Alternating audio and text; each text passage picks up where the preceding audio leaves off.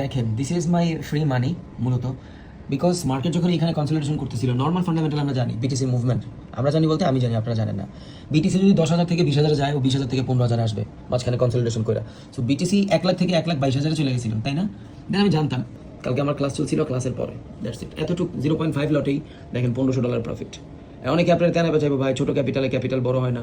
আমার এখানে ক্যাপিটাল দেখেন, মানে আমার মাত্র $500 অ্যাকাউন্ট ছিল, ওই $500 অ্যাকাউন্ট থেকে আমি $1,500 বানাই ফেলছি ইন আ ওয়ান ট্রেড।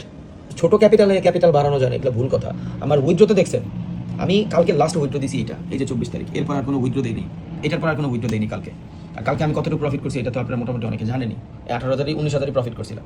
যেমন ধরেন কালকে রেগুলার ট্রেড, এই দুইটা ট্রেডই আপনারা কালকে দেখছেন, কালকে এর বেশি আমি ট্রেড করি না। এই যে এখানে যখন এই সিডনি টোকিও সেশন শেষ হয়েছে, লন্ডন সেশন ওপেন হয়েছে, লিকুইডিটি সুইপ পেপার আমি এখানে ট্রেড নিয়েছি, এখানে প্রায় $9,000-1,700 প্রফিট। এর নিচে আসলে আমার আসলে লস হয়ে যাবে, বিকজ আমি অনেক লম্বা প্রফিট দেখে ফেলছি। সো এই ট্রেডে ডান, মাশাআল্লাহ ডান, মার্কেট করে গেছে দেখছেন। সো চলেন আমি আমার ক্লোজিং প্রাইসে যাই, অ্যান্ড ক্লোজিং প্রাইসে যাই যদি এখান থেকে দেখেন $9,100 বুকড 24 তারিখ, এই যে this is my first trade, then এখানে $7,800 প্রফিট। ওকে, আপনারা দেখছেন হয়তো, বাট আলহামদুলিল্লাহ ইটস নট ব্যাড। সকালে এটা, বিকালে এটা, এখনো নিউ ইয়র্ক সেশন বাকি।